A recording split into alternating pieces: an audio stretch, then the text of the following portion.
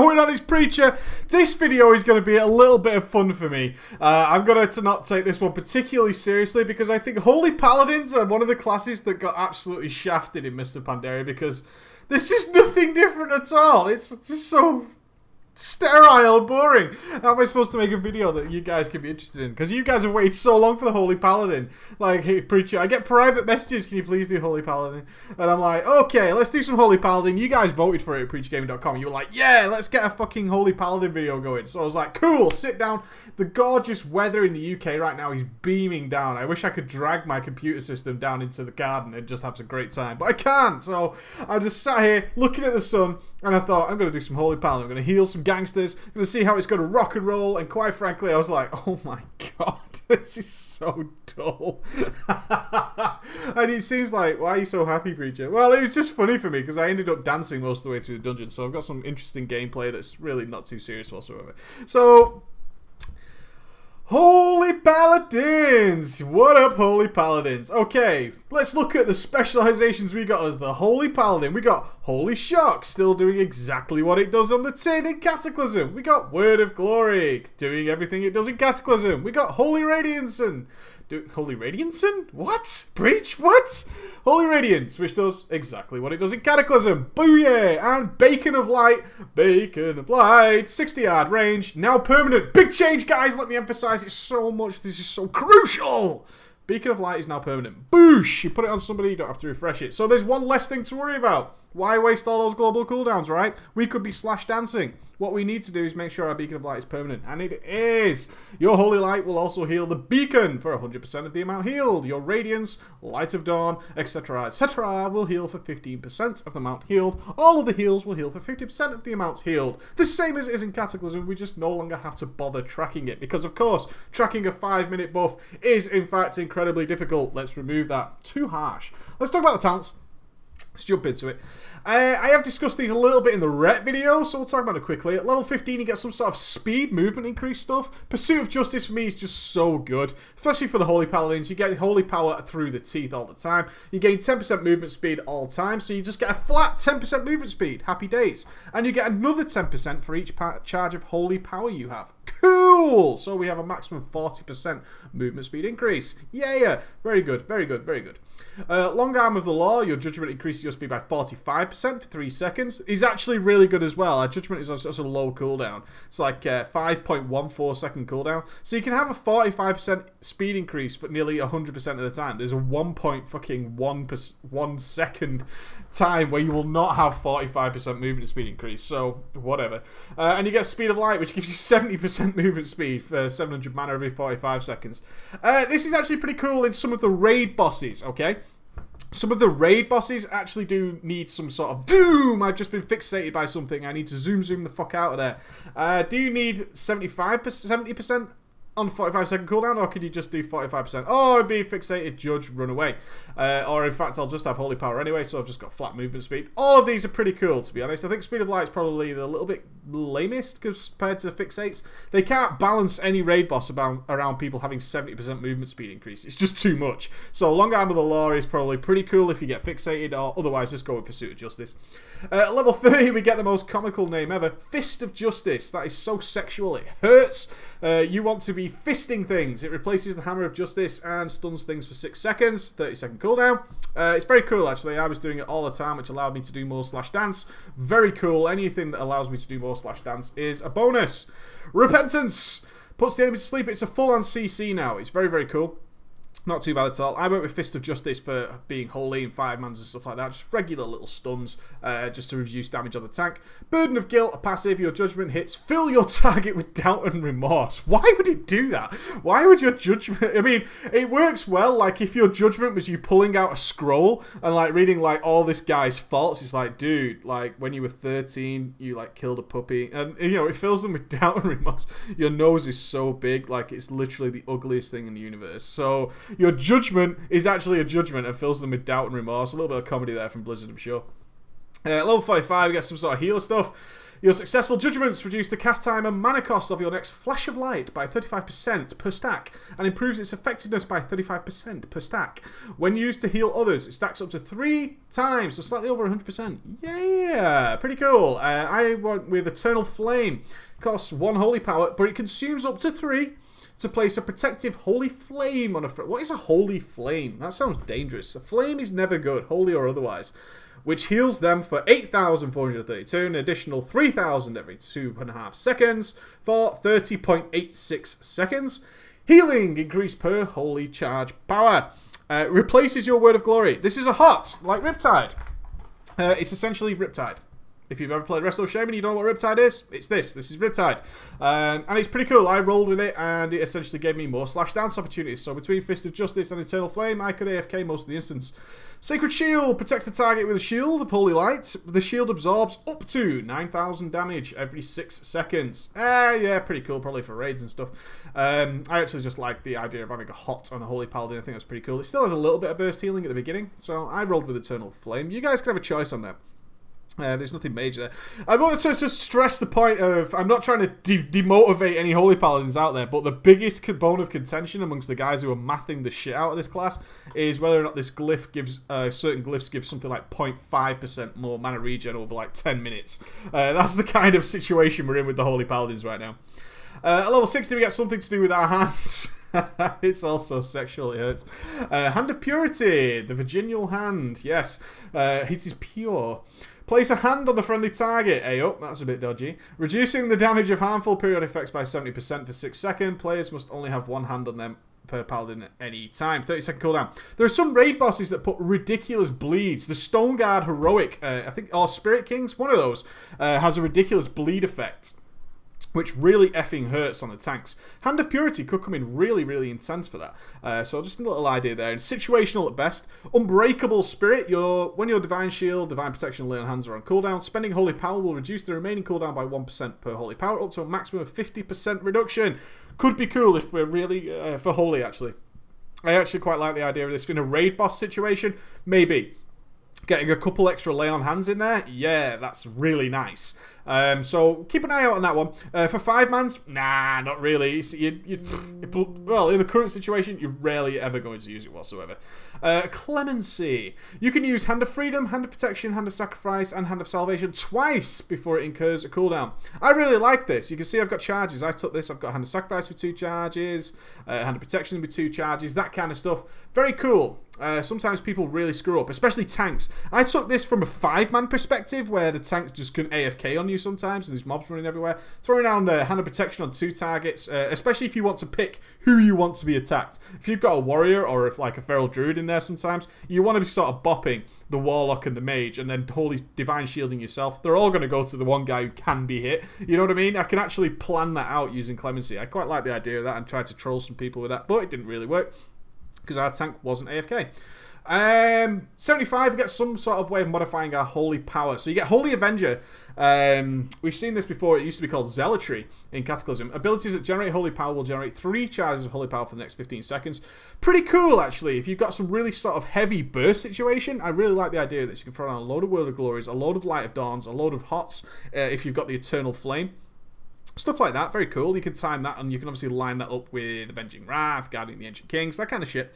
Sanctified Wrath. Avenging Wrath lasts 50% longer and grants more frequent access to one of your abilities while it lasts. So while we've got Avenging Wrath up with Holy, we have a reduced cooldown of Holy Shock by 50%. And of course, Holy Shock gets that extra crit bonus, so you want to be sort of like a turret. You'll be like... That's my turret sound when you're throwing out them Holy Shocks. So that's not bad. I went with Divine Purpose. Abilities that cost holy power have a 20% chance to cause the Divine Purpose effect. Divine Purpose, your next holy power ability will consume no holy power and cast as if 3 holy power were consumed. It's random. There's no doubt about that. It's 20% chance. So it's random, but when it happens, it's really cool. And with a 20% chance, you have a hell of a lot of chance of that to actually happen. We get loads of holy power as a Holy Paladin. And I quite like it. I just get to throw out a couple. Maybe I want to do an Eternal Flame and I want to do a Light of Dawn. I can actually get the chance to do that. I really took so much advantage of this in a 5-man. I would imagine for raids, we're going to be rolling with Holy Avenger. Just so we can make sure when we need it, it's there. I actually think Holy Avenger will be the spell of choice. We could just throw out... You could do Light of Dawn, Holy Shock, Light of Dawn, Holy Shock, Light of Dawn. You know, pretty much crazy AoE stuff like that is fully possible with the Holy Paladin, so that's pretty sweet. The level 90 stuff is obviously all based on Thor. Holy Prism. I have not seen any of our Holy Paladins take Holy Prism, so I imagine it's actually pretty shit. Sends a beam of light towards the target, turning them into a prism of holy energy. If an enemy is in the prism, they take some holy damage and radiate healing to 5 nearby allies. If an ally is in the prism, they are healed and radiate holy damage to 5 nearby enemies. It's so situational it hurts. It's so situational it hurts the face. And that's my problem with it. I haven't seen anybody taking it. What I have seen is people take Light's Hammer and Execution Sentence. So for Holy, you hurl a light-infused hammer into the ground, where it will blast at 10 yards with Arcing Light for 16 seconds. Arcing Light deals holy damage to enemies in the area and heals allies in the area. So you get like this AoE boosh, like an AoE Consecrate, essentially, radiating from this hammer.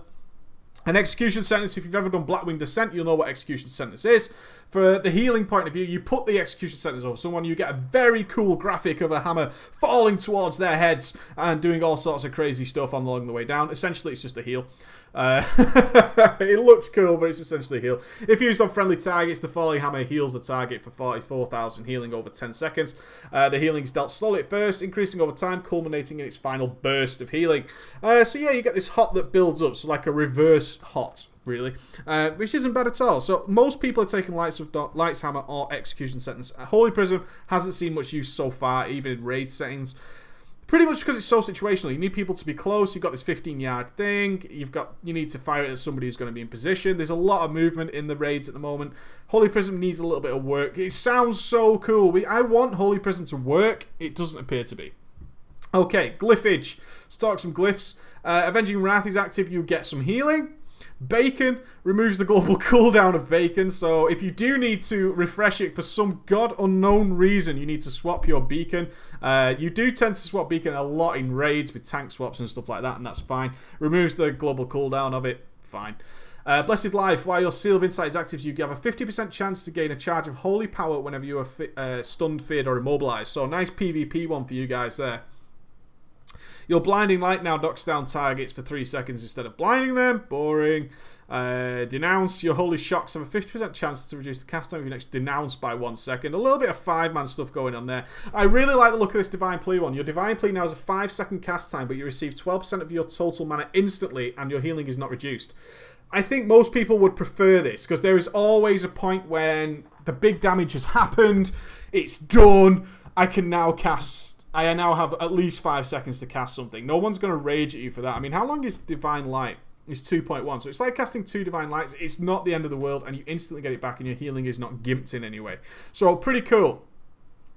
Divine Protection still does what it does. Divinity. Increase the cooldown of your Lay on Hands by 2 minutes and causes it to give you 10% of your maximum mana. 10% max mana is a lot. That is a lot of mana. I really like that. Especially if you were to mix that in maybe with Unbreakable Spirit and you could get to use Lay on Hands a couple of times. You might see some good returns on that.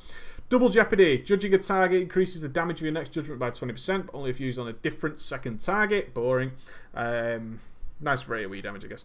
Flash of Light. When you flash of light a target, you increase the heal done to that target within 7 seconds by 10%. So if you are going to be Flash of Light spamming, this is obviously going to be such a cool little glyph.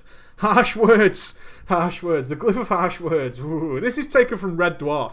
I don't know if anybody has ever clocked this besides me. Nobody I spoke to about this glyph knows where this came from. This glyph is based on something from a TV program called Red Dwarf.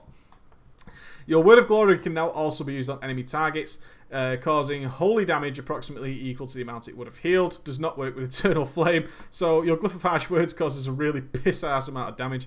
Holy Shock, decrease the cooldown of Holy Shock by 50%, but increases its damage by 50% for you Shockadins out there. Could we see a return of the TBC Shockadins? They were a bit of a nightmare.